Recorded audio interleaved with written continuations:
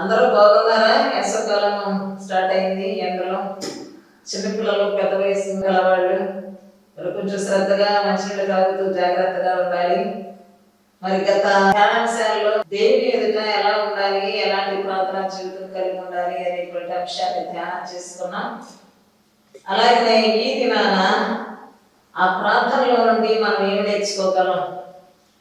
కొంతమంది భక్తుల ప్రార్థనలు మనం నేర్చుకున్నాం పోయిన వారం. మరి దేవుని ఎదుట మన జీవితాన్ని మనం సరిచేసుకుని ప్రార్థనలో మనల్ని మనం దిద్దుకొని దేవుని వేడుకున్నప్పుడు దేవుడు మనకు ఎలాంటి స్వభావం ఇస్తాడు అంటే విధేయతను మనం నేర్చుకోగలుగుతాం. ప్రభువైన యేసుక్రీస్తు వారు దేవునికి ప్రార్థన చేస్తూ ఆయన ఉపవాస దినాలు గడుపుతూ లోకంలోనికి తండ్రి పని మీద వచ్చిన పనిని సంపూర్ణంగా నెరవేర్చే వరకు తండ్రికి విధేయుడిగా ఉండి ఆయన పనిని ఆయన ముగించుకున్నట్లుగా మనం చూస్తూ ఉన్నాం. మరి విధేయత అనగా అసలు దాని యొక్క అర్థం ఏంటి అనేది మనం ఆలోచన చేసినట్లయితే మనం చాలాసార్లు ముఖాన్ని ఇలా దిగాలుగా పెట్టి చాలా ధీరంగా చూస్తూ ఉంటాం. అంత మాత్రం కాదు, విధేయత అనేది అంతరంగంలో నుంచి బయటికి కనబడాలి. విధేయత అనేటువంటి పదానికి మరొక అర్థం ఏంటంటే ఆలస్యం చేయకుండా లోబడేది. అలాగనే విధేయత అనేటువంటిది సందేహము లేకుండా చేసేది, విధేయత చూపేది. అనుమానాస్పదంగా విధేయత చూపుదామా వద్దా, విధేయతగా ఉంటే మనకి ఏం లాభం ఉందా లేదా లాభం, ఇవన్నీ కూడా ఆలోచన చేసి కొంత సమయం అలాగే గడుపుతూ ఉంటాం. అలాగనే విధేయత అనగా బలవంతంగా విధేయత చూపకూడదు, మన ఇష్టపూర్వకంగా విధేయత చూపాలి. దేవునికి సహోదరులకు కూడా ఈ భూమి మీద జీవించినటువంటి ఈ కాలంలో కూడా ఎవరైతే దేవునికి ఇష్టలుగా విధేయతగా ఉంటారో వారికి మరి సమాధానం కలుగుతుంది భూమి మీద. దేవుని యొక్క లేఖనాలు సెలవిస్తూ ఉన్నాయి. ఏ విధమైనటువంటి బలవంతంతో కానీ బాధతో కానీ విధేయత చూపకూడదు. భయంతో అంతకన్నా చూపకూడదు. ఈయన సేపు ఇలా అయిపోతాంలే, ఈయన వెళ్ళిపోతాడు, కాసేపు విధేయత పొందాంలే అని కూడా అనుకోకూడదు. ఇష్టపూర్వకంగా విధేయత కలిగి ఉండాలి. కొంతమంది అనుకుంటారు విధేయత అంటే ఈ 4 షరతులు ఈ 10 అయిపోయే వరకే కదా, ఈ షరతుల ప్రకారంగా మనం ఈ యొక్క వాళ్ళు ఇచ్చినటువంటి ఆ పని ప్రకారంగా కాసేపు మనం విధేయతగా ఉంటే ఏం పోయిందిలే అనుకుంటారు. కానీ అంత మాత్రం కూడా కాదు. షరతులు లేకుండా అంటే నేను విధేయతగా ఉంటే నాకేంటి ప్రతిఫలం అనేటువంటి మనసు లేకుండా మనం దేవునికి విధేయతగా ఉండాలి. అసలు మొదటి విధేయత నేర్చుకోవాలి.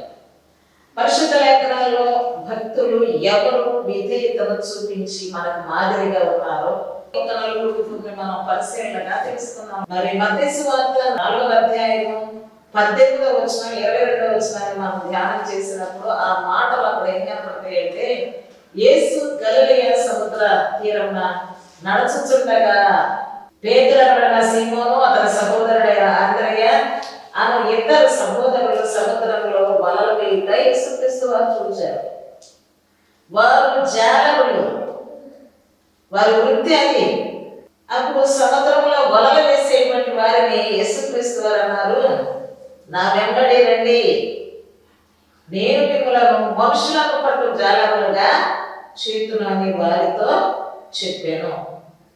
చేపలు పట్టుకునే వారిని మనుషులను పట్టువారుగా చేస్తాను అని ఆయన నా వెంబడి రండి అనగానే మారు మాట చెప్పకుండా వెంటనే వారి యొక్క వలలను విడిచిపెట్టి యేసుక్రీస్తు వారిని వెంబడించినట్లుగా మనకు అక్కడ రాయబడింది. వెంటనే అనే మాట చాలా గొప్ప మాట. చాలా మంది మనం ఏదైనా ఒక పని చెప్పినప్పుడు చూద్దాం, ఆలోచిద్దాం, తర్వాత చేద్దాం, ఏ సంగతి చెప్తాను, నేను చేయగలనా లేదా ఆలోచించాలి, ఇలాంటివి చెప్తా ఉంటారు. ఈనాటి ప్రపంచంలో ఇది మనం ప్రతిరోజు చూసేటువంటి పని. అయితే మరి సీమోను పేతురు ఆంద్రయ వీళ్ళిద్దరూ కూడా ఏం మాత్రం అలాంటి పదాలు ఉపయోగించకుండా వెంటనే యేసుక్రీస్తు వారిని వారి వలలు విడిచిపెట్టి ఆయనను వెంబడించారు. ఆయన అక్కడ నుండి బయలుదేరి జబెదయి కుమారుడైన యాకోబును అతని సహోదరుడైన యోహాను మరిద్దరు సహోదరులను తమ తండ్రి అయిన జబెదయి యొక్క దోణిలో తమ వలలు బాగు చేసుకొనుచుండగా చూచి, ఎందుకు అసలు అచ్చంగా చేపలు పట్టేవారిని కనపడుతున్నారు యేసు ప్రభు వారికి. వారు ఒక పని కలిగినటువంటి వారు, పనిలో నిపుణత కలిగినటువంటి వారు, ఒక వృత్తిలో నమ్మకం కలిగినటువంటి వారు. ఏ గుండంలో ఏ చేపలు ఉంటాయో వాళ్ళకే తెలుసు. మనకు తెలుస్తుందండి, ఏ గుండంలో ఏ చేపలు ఉంటాయో ఏ సముద్రంలో ఏ చేపలు ఉంటాయో మనకు తెలియదు. మనకు తెలిసిన కొంచెమే తెలుసు. చేపలు పట్టే పొలిగారులు తెలిసినంత మనకు తెలియదు ఏ గుండాల్లో ఏ చేపలు ఉంటాయి అనే విషయం. కానీ వారి వలలు బాగు చేసుకుంటా ఉన్నారు, వారు వలలు వేస్తూ ఉన్నారు. అయినా దేవుడు వారిని చూచి వారిని పిలిచెను. వెంటనే వారు ఆ పిలుపుకు విధేయత చూపి ఆయనను వెంబడించారు. అంటే అది క్రియారూపంగా కనబడింది. అలాగే దేవా వస్తానండి, ఇంటికి వస్తామండి, మా ఆవిడతో చెప్పాలండి, మా పిల్లలతో చెప్పాలండి, ఇంటి దగ్గర మాట చెప్పాలండి, ఇలాంటివి లేవు. వీళ్ళ కుటుంబాలు ఉండవా? ఏమాత్రము సాగు లేకుండా ఆయన పిలుపులో ఉన్న ఆ ఆకర్షణ శక్తి వీరిని వెంటనే లోబడేలాగున విధేయత చూపేలాగున యేసు యొక్క అడుగు జడలు నడవటానికి, యేసును వెంబడించడానికి వారి జీవితాలను ఆ విధేయత వారి క్రియలో చూపించడానికి వారు ఇష్టపడ్డారు. వారు తమ దోణిని విడిచిపెట్టారు. ఆ వచనంలో వారి తండ్రిని కూడా విడిచిపెట్టి ఆయనను వెంబడించి అని వ్రాయబడి ఉంటుంది. అంటే ఇక్కడ ఎవరు విధేయత చూపారు యేసుక్రీస్తు వారి మాటకి? పేతురు అనబడిన సీమోను, అతని సహోదరుడైన ఆంద్రయ, తర్వాత జబెదయి కుమారుడైన యాకోబు, అతని సహోదరుడైన యోహాను, మరిద్దరిని అక్కడ 6 ఆయన తీసుకొచ్చేసాడు. వెంటనే వీళ్ళు కూడా విధేయత చూపించి ఆయన వెంబడించడానికి ఇష్టపడ్డారు, ఆయనకు లోబడారు. వారు ఆ క్రియ ద్వారా వారు విధేయులుగా పరిగణలోకి వచ్చారు. వారి జీవితంలో ఏ సాగు కూడా కనపడలేదు.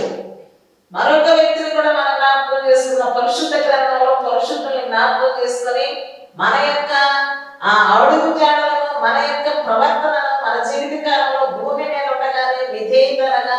ఆయన అడుగుజాడలాగా ఏంటో మనం నేర్చుకోవాల్సిన అవసరత మన మీద ఉంది. మనకు దేవుడు జ్ఞానాన్ని ఇచ్చాడు. మనకు విధేయత అంటే ఏంటో తెలుసు, అవిధేయత అంటే ఏంటో కూడా తెలుసు. ఎందుకంటే మంచి చెడును గ్రహించే జ్ఞానాన్ని దేవుడు మనకి ఇచ్చాడు.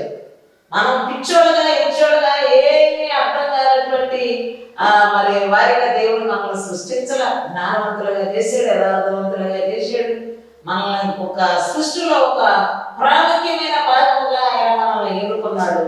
నన్ను వెంబడించండి, ఇంకా మిమ్మల్ని అద్భుతంగా మారుస్తాను అని ఆయన వారిని పిలిచాడు.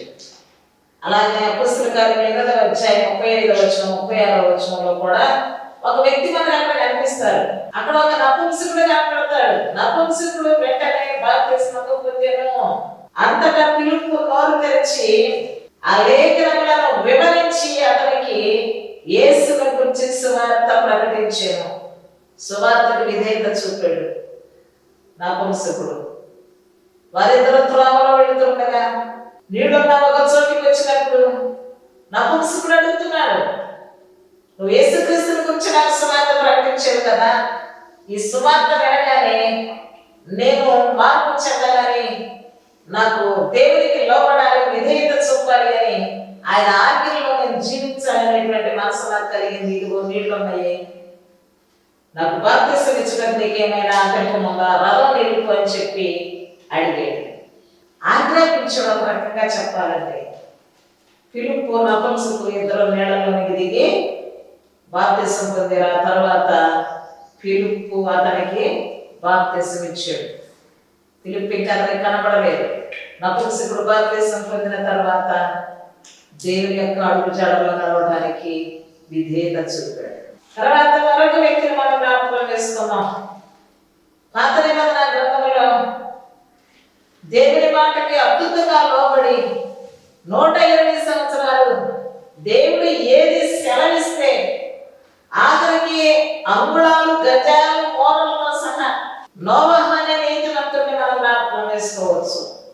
ఎబ్రీ పత్రిక 11వ అధ్యాయం 7వ వచనాన్ని 8వ వచనాన్ని మనం చూసినట్లయితే విశ్వాసమును బట్టి నోవహు అది వరకు చూడని సంగతులను గురించి దేవుని చేత హెచ్చరించబడి దేవుని యందు భయభక్తులు కలవాడే తన ఇంటి వారి కొరకు రక్షణ, వారి ఇంటి వారందరి రక్షణ కొరకు వాడను సిద్ధము చేశాను.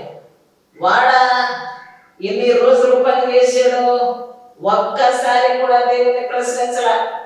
ఇన్ని మూరల పొడుగు పెట్టు అంటే ఇన్నెందుకయ్యా, ప్రతి జీవిని 2 జతలుగా వాడలోకి తీసుకుని అంటే అయినెందుకయ్యా, ప్రశ్నించే మనసు లేదు. దేవుని మాటకు సంపూర్ణంగా విధేయత చూపాడు. అందుకే ఆ తరం వారిలో ఈ తరం వారిలో నేనే నీతిమంతుడిని అని నోవహుతో దేవుడు మాట్లాడుతూ వచ్చాడు అన్నమాట. లోపడటం అంటే దేవుడు చెప్పిన ప్రతి మాట, దేవుని యొక్క ఆజ్ఞ, ఆయన అంగీకారానికి విధేయత చూపి ఆ పని జరిగించడం. 8వ వచనాన్ని మనం చూసినట్లయితే అబ్రహాము పిలువబడినప్పుడు విశ్వాసమును బట్టి ఆ పిలుపుకు లోబడిన వాడాయను. తాను స్వాచ్ఛముగా పొందవలెనని ఉన్న ప్రదేశములకు బయలువెళ్ళెను, మరియు ఎక్కడికి వెళ్ళవలెనో అది ఎరుగకయే బయలువెళ్ళెను. బయలుదేరు అంటే ఎక్కడ వెళ్ళాలా అడుగుతారా ఎవరైనా? అసలు ఎక్కడికి వెళ్ళాలో తెలియకుండానే నువ్వు బయలుదేరు అబ్రహాము అంటే, అబ్రహాము పిలిచినప్పుడు నువ్వు బయటికి రా అని అంటే వెంటనే విశ్వాసంతో ఎక్కడికి వెళ్ళాలో తెలియదు. ఇదేంటంటే అర్థం అది. ఎరుగకయే ఎక్కడికి వెళ్ళాలో తెలియకుండానే బయలుదేరి వెళ్ళినట్టుగా మనం చూస్తున్నాం. అది బలవంతంగా కూడా ఆయన బయలుదేరలేదు. ఇష్టపూర్వకముగా విధేయత చూపి ఆ ప్రయాణానికి ఆయన ఇష్టపడి మనస్ఫూర్తిగా బయలుదేరినట్లుగా మనం చూస్తా ఉన్నాం. 2 కొరింథీ పత్రిక 9వ అధ్యాయం 7-8 వచనాల్లో విధేయత కలిగి ఉండాలి అని మన పెద్దలు మనకి ఎప్పుడైనా మన దైవజనులు కానీ వాక్యం చేత కానీ మనం హెచ్చరించబడినప్పుడు మనం అనుకుంటాం, సొడుక్కుంటా ఉంటాం, ఇబ్బందికరంగా మనం బాధపడతా ఉంటాం. ఎప్పుడు కూడా మనం సొడుక్కోకూడదని వాక్యం చెప్తుంది, బలవంతంగా చేయకూడదని వాక్యం చెప్తుంది. ప్రతి వాడు తన హృదయంలో నిశ్చయించుకున్న ప్రకారం ప్రతి ప్రతి పనిలో కానీ, దేవునికి ఇచ్చేటువంటి కానుకలో కానీ, ప్రతి పరిచర్యలో, సువార్త సేవలో కూడా బలవంతంగా సరుగుతూ కొలుగుతూ ఏ కార్యము కూడా చేయకూడదు. ఇష్టపూర్వకంగా చేస్తే దేవుడు ఎంతో ప్రేమిస్తాడు. సంతోషంగా చేసేటువంటి వారిని దేవుడు ఎంతో ఆశీర్వదిస్తాడని లేఖనాలు తెలియజేస్తూ ఉన్నాయన్నమాట. అది మనకి ఇబ్బంది అయినా ఇష్టపూర్వకంగా నెరవేర్చడానికి, బాధపడకుండా సంతోషంగా నెరవేర్చడానికి మనము ఆయన చూపిన మాదిరిని మనం అనుసరించవలసిన వారమై ఉన్నాం. ఆదికాండం 22వ అధ్యాయం 1-3 మనం చదివినట్లయితే, ఆ సంగతులు జరిగిన తర్వాత దేవుడు అబ్రహామును పరిశోధించెను. ఎట్లనగా ఆయన అబ్రహమా అని పిలువగా అతడు చిత్తము ప్రభువా అనెను. అప్పుడు ఆయన, నీకు ఒక్కడై ఉన్న నీ కుమారుని అనగా నీవు ప్రేమించు ఇస్సాకుని మోరియా దేశంలోనికి తీసుకుని వెళ్ళి అక్కడ నేను నీతో చెప్పబోవు పర్వతములలో ఒకదాని మీద అతనిని నీవు బలిగా అర్పించు. విధేయత చూపుతారా ఎవరైనా? ఒకే ఒక్కడై ఉన్నటువంటి నీవు నీ కుమారుని అర్పించు బలిగా అని ఆయన చెప్పినప్పుడు అబ్రహాము ఖచ్చితంగా లోబడ్డాడు. దేవునితో ఏ వివాదం పెట్టుకోలేదు, ఏ ఘర్షణ లేదు దేవునితో. మళ్ళా తిరిగి అయ్యా నీ ఉద్దేశం మార్చుకో మరి అబ్రహాం ప్రార్థన చేయలేదు, నాకు ఇచ్చిన ఒకే బిడ్డ కదా, నేను తిరిగి ఎలా బలివ్వగలను అని చెప్పి ఏ విధంగా కూడా ఆయన అవిధేయత కానీ, తిరస్కారం కానీ, వివాదం కానీ అక్కడ కనిపించకుండా బలి అంటే బలి, తలంచు అంటే తలవంచడమే, నా కొరకు సజీవ యాగంగా సమర్పించుకోవాలి అంటే దానికి కూడా ఇష్టమే, బలి అర్పించడానికి కూడా ఇష్టమే. కాబట్టి విధేయతలో ప్రాణపోతలో ఏ భయం ఉండదు, ఎందుకంటే అది ఇష్టపూర్వకంగా చేసేది కాబట్టి. అపొస్తలుల కార్యములు 5వ అధ్యాయం 29వ వచనంలో పేతురు, యోహానులు మనుషులకు భయపడక సువార్త ప్రకటించారు. ఇది మనకు అనేకసార్లు చదువుకున్నటువంటి విషయం అన్నమాట. కొంతమంది మనుషులకు భయపడి బోధించాల్సింది బోధించడం, ప్రకటించవలసింది ప్రకటించడం, మనుషుల యొక్క దయను కోరుకుంటూ ఉంటారు, మనుషులను సంతోష పెట్టాలని కోరుకుంటూ ఉంటారు. కానీ మనుషులను నీవు సంతోష పెట్టువాడవైతే దేవునికి శత్రువు అవుతుంది. సువార్తకు లోబడాలి, సువార్త విషయంలో ఏ భయం లేకుండా ప్రకటించాలి. అలాగే నా ప్రకటించినటువంటి వారిలో పేతురు, యోహానులు సువార్త నిమిత్తం ఎన్ని కష్టాలు వచ్చినా కూడా వారు ఇష్టపూర్వకంగా అంగీకరించినట్లుగా మన లేఖనాల ద్వారా నేర్చుకుంటూ ఉన్నాం. అందుకే అపొస్తలులు అడిగారు, మేము మనుషులకు లోబడాలా, మేము దేవునికి లోబడాలా, మేము మనుషులకు భయపడాలా, మేము దేవునికి భయపడాలా అని ప్రశ్నించారన్నమాట. మేము షరతులు పెట్టుకుని భక్తి చేయలేము, షరతుల ప్రకారం మేము విధేయత చూపలేము అనేటువంటి ఆ యొక్క సమస్య లేకుండా వారు ప్రాణాలు సహితం త్యాగం చేయడానికి ఇష్టపడ్డారు. ఇంతవరకు మనం చదివినటువంటి వాటిలో మొదటగా మనం చూసిన యేసుక్రీస్తు వారు పిలిస్తే ఆ పిలుపుకు విధేయత చూపి పేతురు అనబడిన సీమోను, అతని సహోదరుడైన ఆంద్రెయ, యాకోబును, అలాగే జెబెదయి కుమారుడైన యాకోబును, అతని సహోదరుడైన యోహానును, మరి ఇంకా ఇతర సహోదరులు వారి బలను విడిచిపెట్టి, వారి వృత్తులను విడిచిపెట్టి విధేయత కలిగి యేసు యొక్క మార్గాన్ని వెంబడించినట్లుగా మనం చూస్తున్నాం. ఆయన మాటకు లోబడ్డారు, సంతోషంతో వెళ్ళారు, భయపడక వెళ్ళారు, మనుషులకు జడయకుండా వెళ్ళారు. మన క్రైస్తవ జీవితంలో మనం కూడా దేవుని వెంబడించడంలో ఎలాంటి అవాంతరాలు మనం ఎదుర్కొచ్చినా ఇదిగో మన ముందు ఉన్నటువంటి వీరిని మనం జ్ఞాపకం చేసుకోవాలి. ఆయన మాటకి ప్రాధాన్యత ఇవ్వాలి. మనుషులకు కానీ, మన పరిపాటలకు కానీ, ఈ లోక సంబంధమైన విషయాలకు కానీ మనం ఏమాత్రం కూడా లోబడి వాటి వైపు మరల్కొల్పబడకుండా దేవుని మాటకు విధేయత చూపి దేవుని వెంబడిస్తూ ఉంటే మన జీవితాలు ఉన్నతంగా దీవించబడతాయి. నా వంశకుడు పరిస్థితి చూసాం. ఆయన అలాగే రాణి యొక్క ధనాగారం అంతటి మీద మరి ఉద్యోగం చేస్తా ఉన్నాడు, అధికారిగా ఉన్నాడు. కానీ ఆయన ఆరాధించుకోవడానికి దేవుని ప్రయాణం మీద, రథం మీద యెరూషలేముకు వెళ్తూ ఉన్నప్పుడు మరి పిలుపు అతన్ని కలుసుకోమని దేవుడు ప్రేరేపిస్తే పిలుపు కలుసుకొని అతనికి వాక్యాన్ని బోధించాడు. ధర్మశాస్త్రం అంతా తెలుసు. కానీ తెలుసుకోవాల్సింది ఒకటి ఉంది, ఆ కొలువ తీర్చాలి, దేవుని దగ్గరకు విధేయుడిగా నడిపించబడాలనేటువంటి దేవుని సంకల్పం ఉంది కనుక పిలుపు వెళ్ళి నోరు తెరిచి యెషయా గ్రంథాన్ని చదువుతూ ఉండగా మరి ఆ గ్రంథంలోని విషయాలు ప్రకటించి త్రోవలోనే వెళుతూ ఉండగా విన్న వెంటనే వాక్యానికి విధేయత చూపి లోబడి నీళ్లు కనపడుతున్న ప్రాంతానికి వెళ్ళి ఇదిగో నీళ్లు, నాకు బాప్తిస్మం ఇవ్వడానికి మీకు ఏమైనా ఆటంకమా అని అడిగి రథం నింపి ఆ లోతైన నీళ్ళలోనికి వెళ్ళి మరి బాప్తిస్మం పొందినట్లుగా మనం చూస్తా ఉన్నాం. విధేయత అంటే బాప్తిస్మం పలికి దినాల్లో ఎంతో మంది దగ్గర మనం వింటా ఉంటాం ఏంటంటే, ఓ సంబంధం కుదిరినాక చూద్దాం అనుకుంటున్నాం బాప్తిస్మం, ఇటు 10th క్లాస్ అయినాక బాప్తిస్మం ఇద్దాం అనుకుంటున్నాం, ఈ 10th క్లాసులకి సంబంధాలకి బాప్తిస్మానికి సంబంధం లేదు. షేలో ఈ సంవత్సరం 15 బస్తాలు ఎవరు పడితే బాప్తిస్మం పొందుదాం అనుకున్నా, అసలు సంబంధం లేదు. బాప్తిస్మం యొక్క ఉద్దేశం ఏంటంటే, నీవు ప్రభువైన యేసుక్రీస్తును ధరించుకొని నీకు అంతకుముందున్న నీ పాపాన్ని విడుదల పొందడానికి, నీ మారు మనసు పొందడానికి, నీ పాపాలు క్షమించబడటానికి బాప్తిస్మం యొక్క అర్థం నువ్వు క్రీస్తును ధరించుకున్నావు. అప్పుడు దాకా అపవాదాన్ని ధరించుకున్నావో, మురికే ధరించుకున్నావో, లోకంలో మలినాన్ని ధరించుకుని మునిగిపోయి ఉన్నావో అది నీకు తెలుసు వ్యక్తిగతంగా. నా సంగతి నాకు కూడా తెలుసు. ఎవరికి కూడా తెలివి తక్కువ తరంగా నేనేం చేసానో నాకు తెలియదు ప్రభు అనే ప్రార్థనలు చేయకూడదు. ఖచ్చితంగా నేనేం చేస్తానో నాకు తెలుసు. నేనేం చేశాను మీకు మనలో గొప్ప ఒక మనస్సాక్షిని పెట్టారే, తప్పురా అన్నా తొందరపడ్డావురా నువ్వు, నీదే తప్పురా అని మనస్సాక్షి నువ్వు ప్రశాంతంగా కొడుకు ఒక రవ్వంత ఆలోచించి చెప్తుంది. దాన్ని కూడా సమాధి నాదేం తప్పుగా అనడానికి లేదు. నువ్వు ప్రభులోకి వస్తే ఖచ్చితంగా విధేయత చూపగలుగుతావు, ప్రభు మాటలు వింటే లోపడగలుగుతావు. నువ్వు పాప క్షమాపణ పొందాలి అనేటువంటి మనసు నీకు ఎప్పుడు వస్తుంది అంటే సువార్త వింటేనే వస్తుంది.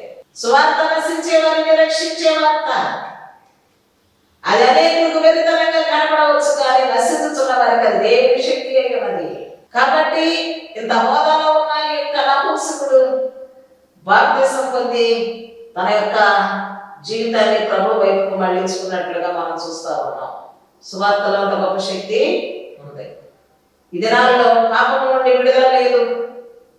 ఎంతసేపు రోగముల నుండి విడుదల పొంది బతికినంత కాలం ప్రశాంతంగా బతికి ప్రశాంతంగా నరకంలోకి వెళ్ళిపోతామనే ఆలోచన తప్ప ఈ యొక్క పాపము నుండి, ఈ నరకము నుండి విడుదల పొందాలి అంటే నాకు మారు మనసు అవసరం అనేటువంటి విషయాన్ని గ్రహించలేకపోతున్నారు. యేసు నన్ను పిలుస్తున్నాడు, ప్రయాసపడి భారం మోసుకొని పోతున్న సమస్త జనుల నా యొద్దకు రండి, నేను మీకు విశ్రాంతినిస్తాను అని చెప్పి ప్రతి జాతిలో నుండి, ప్రతి వంశములో నుండి, ఆయా భాషలు మాట్లాడే వారిలో నుండి దేవుడు పిలుస్తా ఉన్నాడు. ఆయన పిలుపు ఎంతమంది వినపడుతుందండి? ఆయన పిలుపును పెడచరి పెట్టే వాళ్ళు ఎంతో మంది, ఆయన పిలుపు నాకు తెలుసు అనేవాళ్ళు ఎంతో మంది, ఆయన ఎప్పుడు పిలుతానే ఉంటాడు, కొద్దిగా టైం అన్న మాకు అనుకునేవాడు ఎంతో మంది. అలాగా వాయిదాలు వేసుకుంటూ దేవుని యొక్క మాటకు, లేఖనాలకు విధేయత చూపలేనటువంటి పరిస్థితి కనబడతా ఉంది. మరి నోవాహు కూడా అది ఎంతో భారీ ప్రాజెక్టు, ఆ వాడ కట్టడం అనేది. మరి ఎక్కడ తీసుకొని వచ్చాడు అంటే, ఏ చెక్క వేయమంటే ఆ చెక్క వేయాలి, ఏ కీలు పూయమంటే ఆ కీలే పూయాలి, నాకు ఇష్టమైన చెక్కలు వేయడానికి కుదరదు, నాకు ఇష్టమైన మెటీరియల్ వేయడానికి కుదరదు, నాకు ఇష్టమైన లెక్కలు పెట్టడానికి కుదరదు. లెక్కల ప్రకారం దేవుడు ఇచ్చాడంతే. తూచా తప్పకుండా విధేయత. ఇది ఎందుకు ప్రభు అని అడగలేదు. అసలు ఒక్కరోజు కూడా అడగల. ఏ రోజుకి ఆ రోజు చెప్పింది చెప్పినట్టుగా వెంటనే చేయటం మాత్రమే నోవాహుకు తెలుసు. అందుకే గొప్ప ప్రాధాన్యత ఇచ్చాడు నోవాహు. ఇక్కడ 5 మందులుగా కనబడ్డావు కాబట్టి నిన్ను బట్టి మరి నీ కుటుంబం నీతిమంతులుగా తీర్చబడుతుంది. కాబట్టి ఈ లోకం అంతా చనిపోయినా కూడా నీ కుటుంబం చనిపోవడానికి లేదు. కాబట్టి నీ కుటుంబం కొరకు ఈ యొక్క మోడను సిద్ధం చేసుకో. లోబడ్డాడు, అలాగే సిద్ధం చేసాడు. అబ్రహాం విషయంలో కూడా, ఏ విషయంలో కూడా 100 సంవత్సరాలు ఎదురు చూసి పొందుకున్న ఏకైక పుత్రుడు, ముద్దుల కుమారుడు, వృద్ధాప్యంలో పోషించే కుమారుడు, వృద్ధాప్యంలో ఆదరణగా అండగా నిలవడానికి పరిస్థితులు ఉన్నాయి. కానీ నువ్వు బయలుదేరు అంటే బయలుదేరటమే అబ్రహాముకు తెలుసు. అందుకే నీవు నా స్నేహితుడు వల్ల ఇంతమంది నీతిమంతుల్ని జ్ఞాపకం చేసుకుంటున్నాను. నీ నా జీవితంలో ఇలాంటి విధేయత నాకు ఎంతో అవసరమైంది. ఈ దినాల్లో భార్య భర్తకు విధేయత చూపితే కుటుంబాలు ప్రశాంతంగా ఉంటాయి. భర్త భార్యకు విధేయత చూపితే కుటుంబాలు ప్రశాంతంగా ఉంటాయి. తల్లిదండ్రులు ఇద్దరికి పిల్లల విధేయత చూపితే కుటుంబాలు ప్రశాంతంగా ఉంటాయి. విశ్వాసులు నిజమైన సువార్థికుడికి విధేయత చూపి సువార్తను వెంబడిస్తూ ఉంటే సంఘాలు ప్రశాంతంగా ఉంటాయి. గరిబి ఉండదు. ప్రతి కుటుంబం, ప్రతి సంఘము, ప్రతి గ్రామము, ప్రతి పట్టణము దేశమే నెమ్మదిగా ఉంటుంది. దేవునికి లోబడితే, దేవునికి విధేయత చూపితే, దేవోక్తి లేని జనులు కట్టులేక తిరుగుతున్నారట. కట్టుబాట్లు లేవు, ఒక పద్ధతి లేదు, ఒక చిన్న లేదు, పెద్ద లేదు, దైవం లేదు, గురువు లేదు, ఏమీ లేదు. ఇవాళ మన పెద్దోడు వాడేవాళ్ళు ఈ పదాలు. ఇప్పుడు ఈ పదాలు వాడేవాళ్ళు కూడా కనబడటం లేదు. ఇంతమంది దేవుడికి విధేయత చూపినటువంటి భక్తులను మనం జ్ఞాపకం చేసుకుంటున్నామంటే నీవు నేను దేవుడికి విధేయత చూపాలి. క్రీస్తు యేసు కలిగిన మనస్సు కలిగి ఉండాలి. ఫిలిప్పీ పత్రికలో రాయబడింది 2:5-8 క్రీస్తు యేసు కలిగిన ఈ మనస్సు మీరు కలిగి ఉండి ఆయన దేవుని స్వరూపం కలిగిన వాడై ఉండి దేవునితో సమానముగా ఉంటా విడిచిపెట్టకూడని భాగ్యాన్ని ఎంచుకోలేదు. కానీ మనుషుని పోలికగా పుట్టి దాసుని స్వరూపం ధరించుకొని తనను తానే రిక్తునిగా చేసుకున్నాడు. ఏంటంటే అంత అవసరం ఆయనకి? ఆయన పంపున తండ్రించుకున్నాడు. దేవుని స్వరూపం కలిగిన వాడై ఉన్నప్పటికీ కూడా దేవునితో సమానంగా ఉండేటువంటి పరిస్థితి ఉన్నప్పటికీ కూడా వాటిని విడిచిపెట్టి వాటిని ఘనంగా ఎంచుకొనక మనుషుని పోలికగా పుట్టాడు.